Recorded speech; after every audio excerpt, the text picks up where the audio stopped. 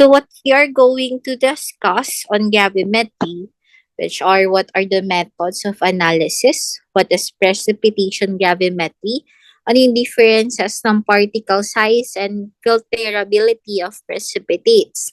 So what is a good precipitate in gravimetry? What is colloidal versus crystalline, which is more preferable dun sa dalawa? What are the calculations in gravimetry? And what are the applications of gravimetry and also volatilization method? So gravimetric methods of analysis are based on the measurements of mass. From the term itself, gravimetry is mass. So we have two major types in gravimetry, the precipitation methods and also volatilization methods. So gravimetry is a method in which we have an amount of a certain analyte.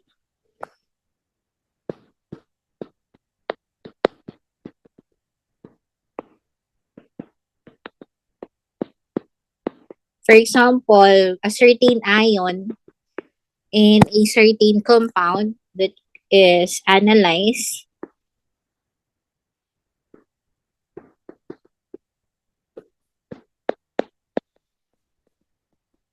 can be determined through measurement of a mass.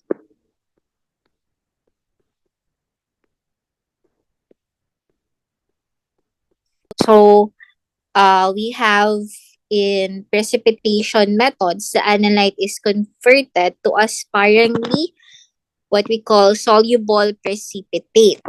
So here, we have to make sure that the analyte, yung sample natin, should be completely precipitated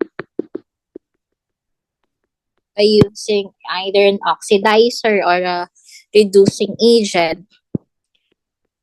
So it's a material that would digest. From the term itself, digest, it is also meaning precipitated. Sa Tagalog, mamumuo doon sa ating pinaka-sample. Mamumuo.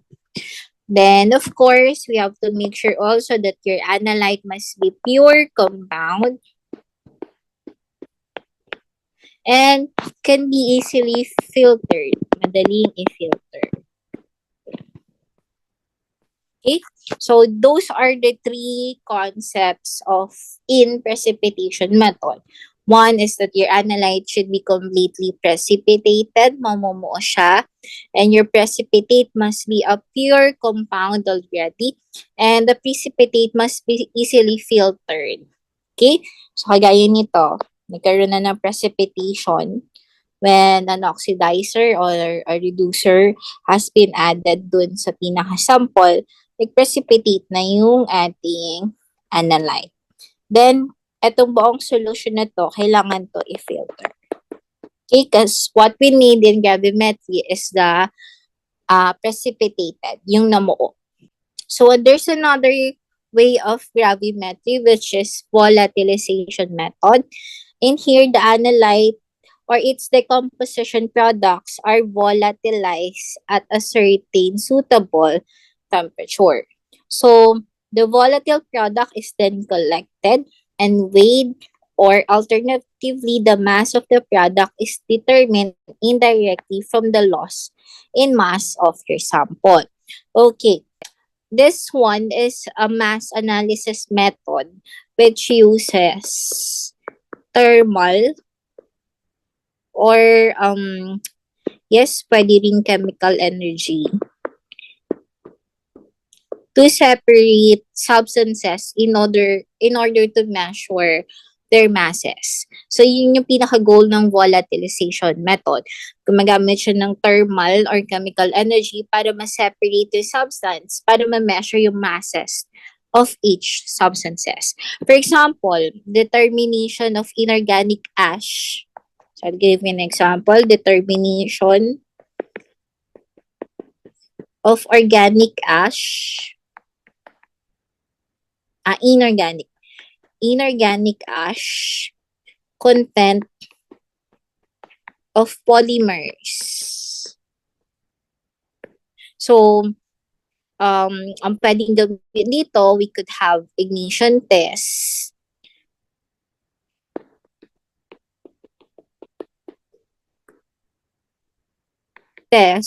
but ignition test siya, but it will always involve, lagi may kasamang acid, especially hot sulfuric acid test. Okay. Then, saka siya i-ignite into a higher temperature until to 500 to 600. Para yung mga volatile material, mag-volatilize. Then, yung matitira is just yung pinaka-inorganic ash doon sa polymer. So, the ideal product of gravimetric analysis should be pure, insoluble, and easily filterable, and should possess a known composition.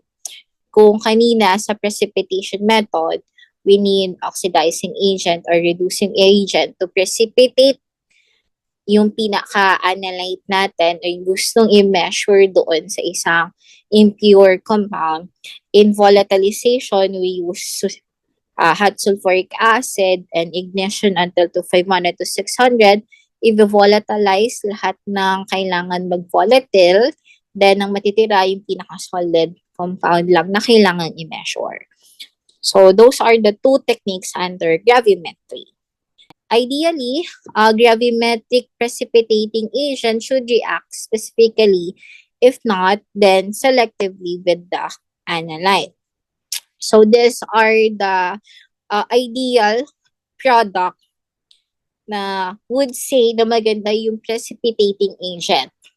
So, your product should be readily filtered and wash-free of contaminants. Sufficient low solubility, ibig sabihin hindi siya matutunaw. Kailangan siya on a precipitate level, namumuo siya.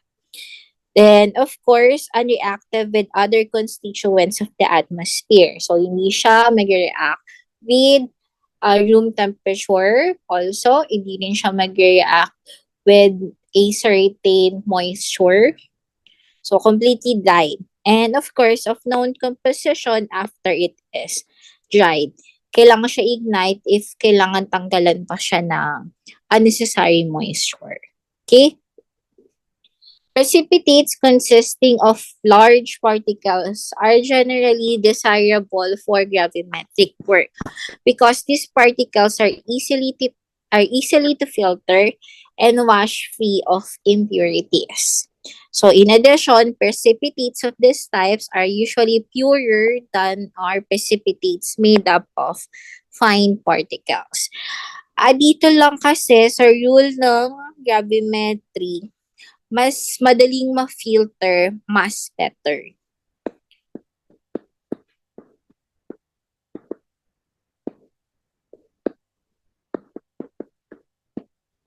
So, we have two types ng precipitate, colloidal and crystalline. So, dito, this is an example of a colloidal. This is an example of a crystalline. So, when we say colloidal suspension na precipitate, it does not settle from solution and also are actually difficult to filter. Ang problem kasi sa colloidal, it has a tendency to move up.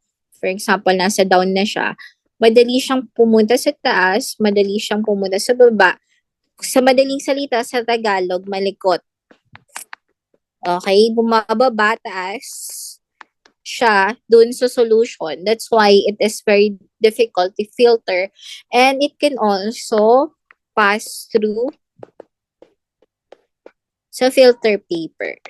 So, those are the problems in a colloidal suspension. Una, malikot. Can easily go up and down sa solution. It does not settle. Yun yung term, does not settle.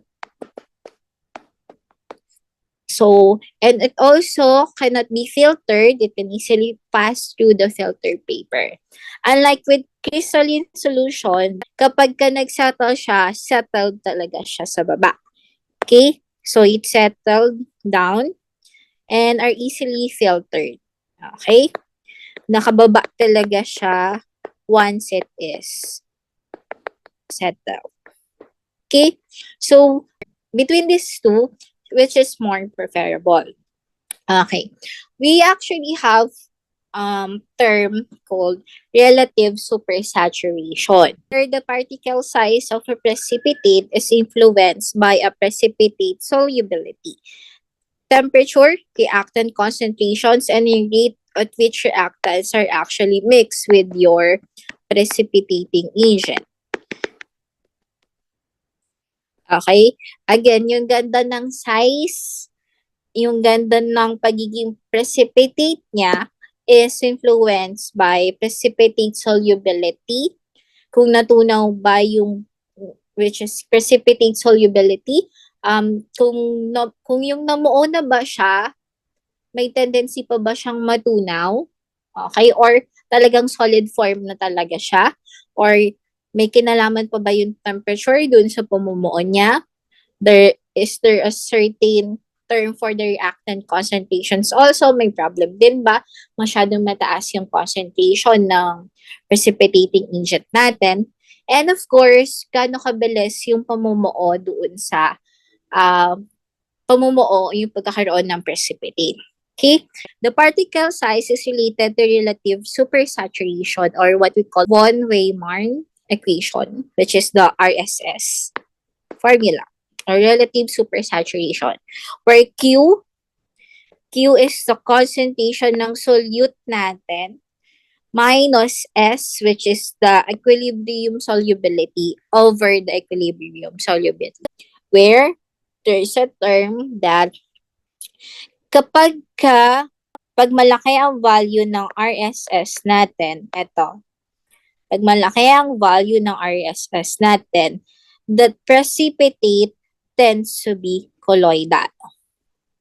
Tandaan na, ibig sabihin, kapag ang na-compute natin is malaki yung RSS, the precipitate tends to be colloidal. So, larger RSS value would give you a precipitate that is colloidal, which is not good. So, you will have a precipitate that will not settle and it will not be easily filtered. Hindi siya masasalo ng filter paper. Unlike kapag ang value ng RSS mo ay maliit, this one, you would have a more likely precipitate that is crystalline, which is more finer. It will settle at the bottom and also can be filtered easily with your filter paper. So we also have what we call precipitation formation. So how do these precipitates form? Paano namumuo? Okay? Precipitates can form in two ways. One is nucleation, the other one is particle growth. When we say nucleation, it is where small nucleus of that specific atom or ions na gusto nating i-precipitate sticks within each other. So, nagkakaroon ka ng pagtitawag na pamumuo pero by small nucleus. Then, of course, it is added one by one hanggang siya ay maging isang malaking precipitate. So, yun yung ibig sabihin ng nucleation. One by one. Okay? One at a time, addition of a minimum number of atoms or ions to produce a big, stable, solid precipitate. Unlike kapag particle growth, it is just a one big circle na nag-precipitate. Unlike kapag nucleation from small particles, small nucleus of that ion. So, magdidikit-dikit hanggang siya ay maging isang malaking precipitate. Okay, yun yung nucleation. Isa-isa. Kapag kasi particle growth from one, then it will form just one big circle. Isang malaking chunk. Kapag nucleation kasi may clustering muna bago siya maging isang malaking chunk ng stable precipitate. Okay? So, controlling particle size may also vary where we can have different reasons on how to control or how can we obtain a crystalline which should have a lower RSS value where we increase the temperature that would give the increased solubility of the precipitate, then slowly adding precipitating agent. That's the first one to get the crystalline, where you have increased them. So, ibig sabihin, kapag tayo ay precipitate, kunwari ito yung aking solution, para makugusto ko yung impure compound, kunwari iron, and F2O3. Kung gusto, para makukuha ko yung precipitate na iron dito sa Fe2O3, kailangan ko ng precipitating agent, of course.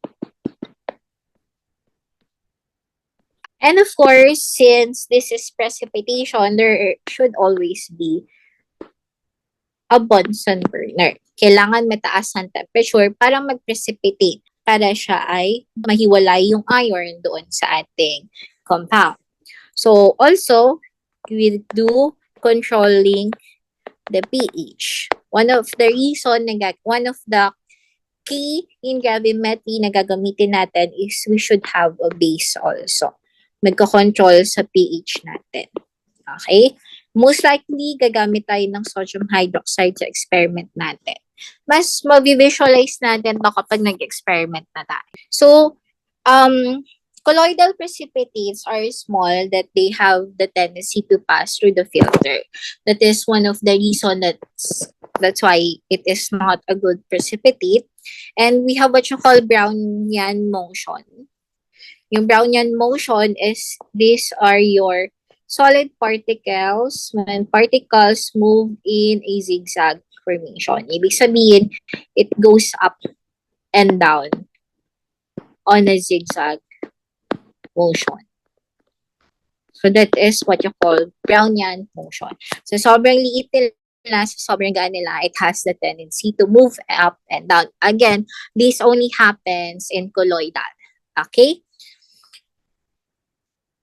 So again, particles moves randomly in straight lines in all directions. So there's a tendency of collision of particles resulting to what you call Brownian motion.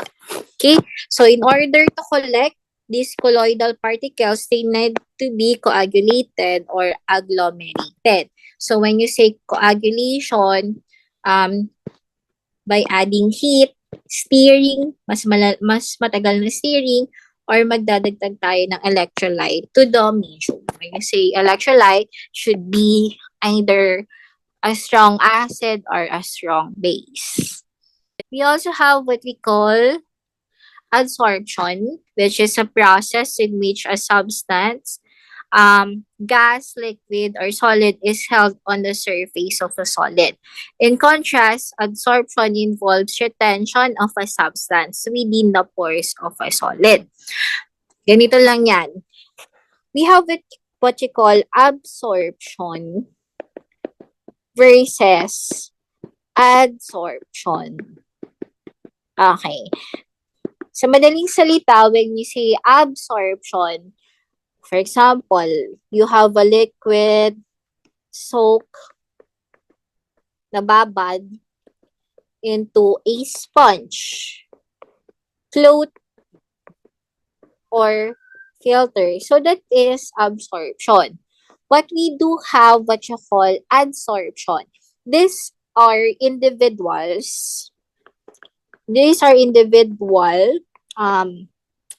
molecules, atoms, or ions that is held on a surface solid. Okay, so that is adsorption. So again, the individual molecules, atoms, or ions that held on a surface lang of a solid. Unlike kapag absorption kasi, buo. Kagaya ng sponge, di ba? Pag nasok yan ng liquid, basa, pati kaloob-looban. Kapag adsorption kasi on the surface level. But here in colloidal precipitate, adsorption is on the surface level of a solid. Sino yung dumidikit doon sa surface ng isang solid? Those are the molecules, atoms, or ions na tinatawag. Okay? This is an example of a adsorption. Okay? So, crystalline precipitates, we call the particle size of crystalline solids can be improved significantly by minimizing Q and maximizing S for both. Don't worry, hindi tayo mag-compute ng RSS. Medyo mahirap siya i-compute actually. Ang concept-wise lang tayo. To get a crystalline, you should have to get a lower RSS value para maging crystalline. Diba? Q minus S over S. You should have a lower Q than your S value. Or you should have a higher S than your Q value. So to get a crystalline formation. You could do that by digestion, heating without stirring. Heat pa siya on a higher temp. Adding base, kagaya yung sasabi ko, ito lang yung dalawa, without stirring. Next, we have what we call co-precipitation. When you say co-precipitation, it is a process in which your solid is precipitated from a solution containing other ions. There is a tendency na instead na, kunwari, Fe2O3, Fe lang na pure, there's a tendency na may other particle, other ions, yung dumikit dito sa gusto nating i-precipitate lang. Yun ay tinatawag na co-precipitation. So, yung solid precipitate mo na hahaluan ng other ions.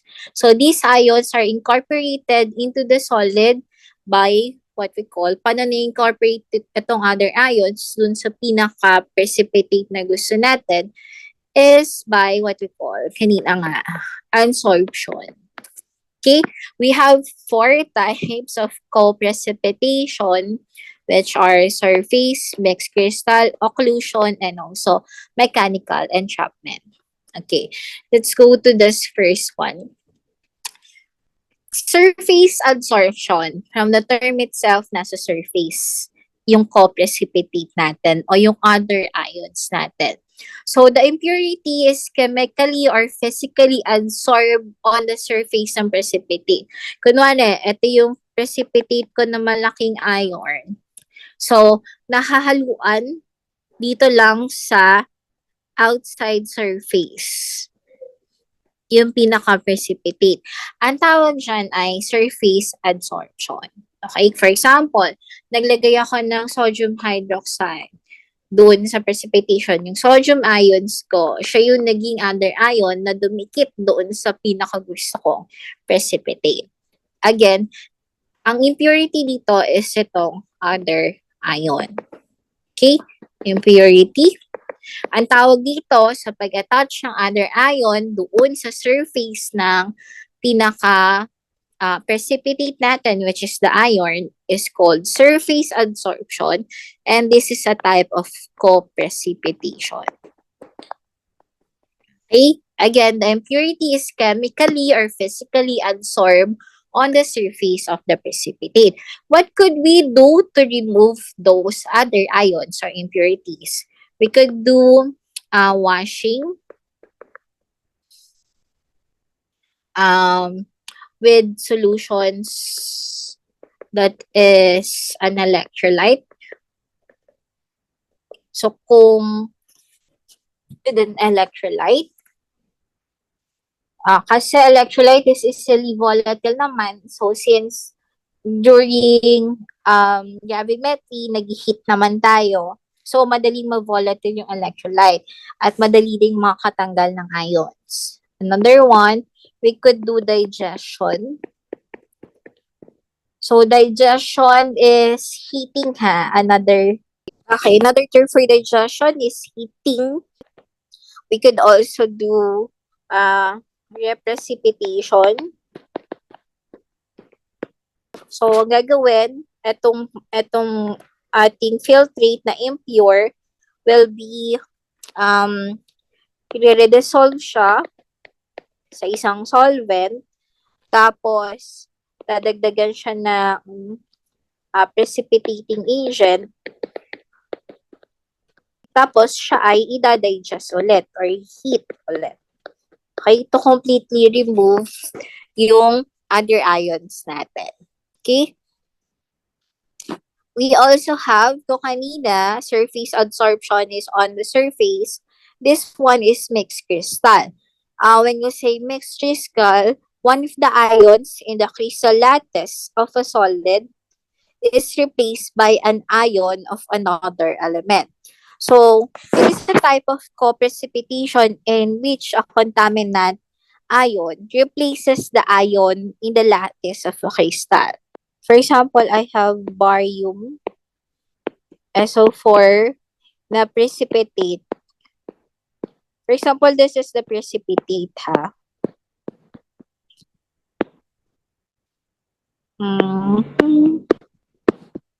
So, instead, for example, of barium, nahaluan siya ng strontium sulfate.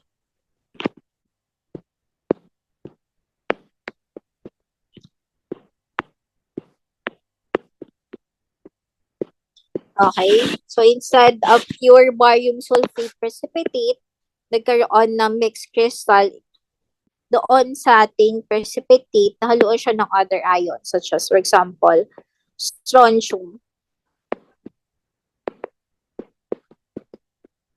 So, this is the example of a mixed crystal. So, mixed crystal formation may occur. Nangyayari to usually for both colloidal and crystalline precipitate.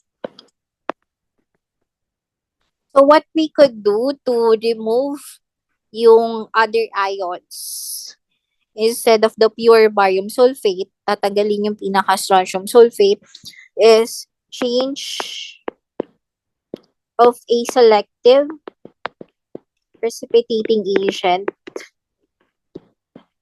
So, instead na good for sulfates lang, baka pwedeng gawin natin talagang precipitating agent that targets barium sulfate itself para hindi siya mahaluan ng other sulfates. Pwede rin tayo gumamit ng reprecipitation. So, gagawin, redissolve ulit sa solvent. Tapos, gagamit tayo ng selective precipitating agent. Then, we could do now is digest or heating for a certain period of time para maging pure barium sulfate siya. Okay? Example lang to, ha. This is an example of a mixed crystal formation. Okay. Another one is what we call occlusion and mechanical entrapment. So, when we say occlusion, when a crystal is growing rapidly during precipitate formation, foreign ions in the counter ion layer may become trapped or occluded within the growing crystal. Ang haba. Ano lang sinasabi dito? Okay. A compound is physically trapped within the precipitate during rapid precipitate formation. Okay. Within, ibig sabihin, nasa loob. Within, sa loob. Okay. For example, Dito kasi, mixed crystal form, eto, para din tong occlusion, pero kasi dito, um, napapalitan, instead na barium, napalitan siya ng strontium. Dito kasi, walang napapalitan. As in, pumapasok doon sa loob ng precipitate. So, instead of, parang ganito siya,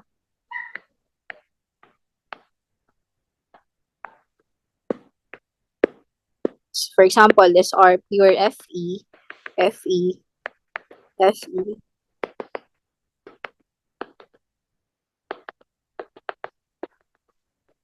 Nagkaroon ng tendency pumasok sa loob yung other